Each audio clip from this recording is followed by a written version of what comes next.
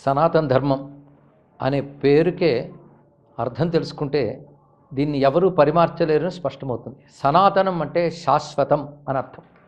సూర్యుడు, చంద్రుడు, పంచభూతాలు ఎంత శాశ్వతమో సనాతన ధర్మం కూడా అంత శాశ్వతం. ఏషధర్మ సనాతన అనే వాక్యం వేదాల నుంచి వచ్చి క్రమంగా ఇతిహాసాల్లో, పురాణాల్లో, కావ్యాల్లో, ఈ జాతి సంస్కృతిలో కలిసిపోయినది. శాశ్వతమైన ధర్మం ఇది, అంతేగాని ఒక పరిమితమైన దృష్టి కలిగిన మతం కాదు.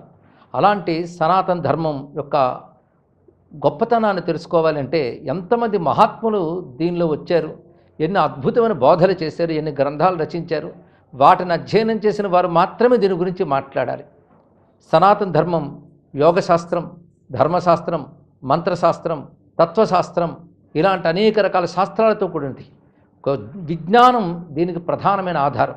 అదే సనాతన ధర్మం విశ్వాసాల పుట్ట కాదు, విజ్ఞానాల రాశి. ఇది తెలుసుకోగలగాలి. అందుకే సనాతన ధర్మంలో ఉన్నటువంటి అనేక అద్భుతమైనటువంటి ఆచార వ్యవహారాలు ఏవైతే ఉన్నాయో వాటిని నిన్న మొన్నటి వరకు మూఢనమ్మకాలు అన్నటువంటి వారు అవి వైజ్ఞానికమైన ఆధారంతో ఉన్నాయని ఇప్పుడు తెలుసుకుంటున్నారు. ఒక జ్యోతిర్విజ్ఞానం కానీ, ఒక వైద్య విజ్ఞానం కానీ, అదేవిధంగా మన జీవన వ్యవహారంలోని గొప్పతనం కానీ రాను రాను విజ్ఞాన శాస్త్ర పరిశోధనలతో ఇవి గొప్పవని తేలుతున్నాయి. అలాగే ప్రపంచంలో ఆశ్చర్యపోయేటువంటి తత్వశాస్త్రం మనకున్నది. ఈ తత్వశాస్త్రం సర్వజీవుల్లో సమానమగున పరమాత్మ యొక్క జ్ఞానాన్ని చెప్తుంది. అందుకే సనాతన ధర్మంలో మాత్రమే సమానత్వం ఉంది, ఇంకెక్కడా కూడా మన సమానత్వం అనేది కనబడదు. సమానత్వం అనే భ్రాంతితో వైషమ్యాలు అన్ని చోట్ల కనబడుతున్నాయి.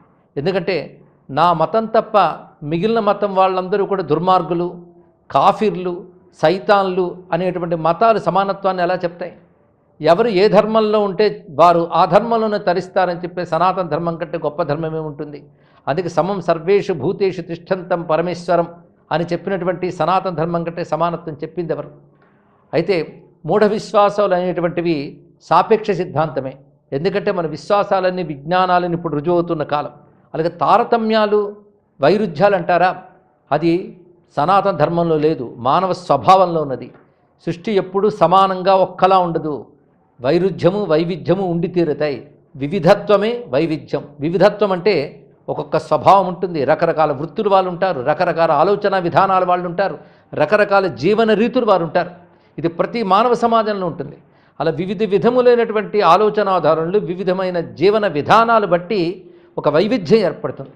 ఎవరు ఏ విధానాలున్నా దానిలోనే తరించవచ్చు అంటూ వివిధ విధాలుగా చెప్పడాన్ని మనం వైషమ్యాల కింద, తారతమ్యాల కింద చెప్పడానికి లేదు.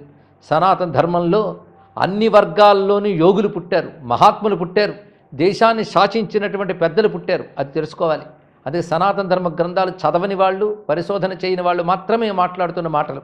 కేవలం అభూత కల్పనలు చేసి సనాతన ధర్మం మీద వ్యతిరేకంగా ఎవరైతే మాట్లాడుతున్నారో వాళ్ళ రచనలు చదివినటువంటి వాళ్ళు తెలిసి తెలియని తనంతో మన మతంలో తారతమ్యాలు ఉన్నాయని ఇత్యాది మాట్లాడుతున్నారు. నిజానికి అందరినీ పొదువుకునే వైశాల్యం సనాతన ధర్మంలో ఉంది.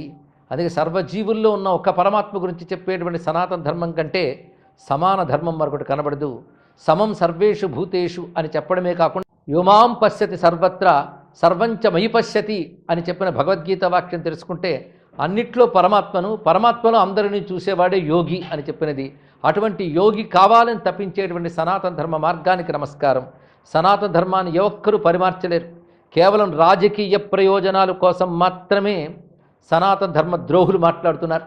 ఈ విషయం సనాతన ధర్మం మీద అభిమానం ఉన్న వాళ్ళందరూ తెలుసుకోవాలి. ఇవాళ ఒక నాయకుడు సనాతన ధర్మానికి వ్యతిరేకంగా మాట్లాడంటే అతడు నాయకుడు కావడానికి ఈ సనాతన ధార్మికులే సహకరించారని మరువరాదు. ఇప్పుడు అందరూ తెలుసుకుని అటువంటి నాయకులు వస్తే సనాతన ధర్మం నాశనం చేస్తామంటున్నారు కనుక సనాతన ధర్మం ఉండాలని కోరుకునే వాళ్ళందరూ సనాతన ధర్మ ద్రోహుల్ని రానివ్వకుండా జాగ్రత్త పడాలి. దానికోసం పెద్ద ఉద్యమాలు ఇవేమీ చేయక్కర్లేదు. ఓటు అనే ఆయుధాన్ని వినియోగించుకుని సనాతన ధర్మ వ్యతిరేకులకి మళ్ళీ పదవి రానివ్వకుండా చేయగలిగితే సనాతన ధర్మానికి సహకరించే వాళ్ళు పదవిలోకి వస్తేనే దేశమంతా క్షేమంగా ఉంటుంది. ఎందుకంటే ఏ మతాన్నైనా గౌరవించగలిగే వైశాల్యం, విశాల హృదయం సనాతన ధర్మానికి మాత్రమే ఉంది కనుక సనాతన ధర్మాన్ని ప్రోత్సహించే నాయకులు వచ్చినప్పుడు దేశమంతా అభ్యుదయాన్ని సాధిస్తుంది. అన్ని మతాల వాళ్ళు క్షేమంగా ఉంటారు. సనాతన ధర్మానికి జయము కలుగుగాక. స్వస్తి.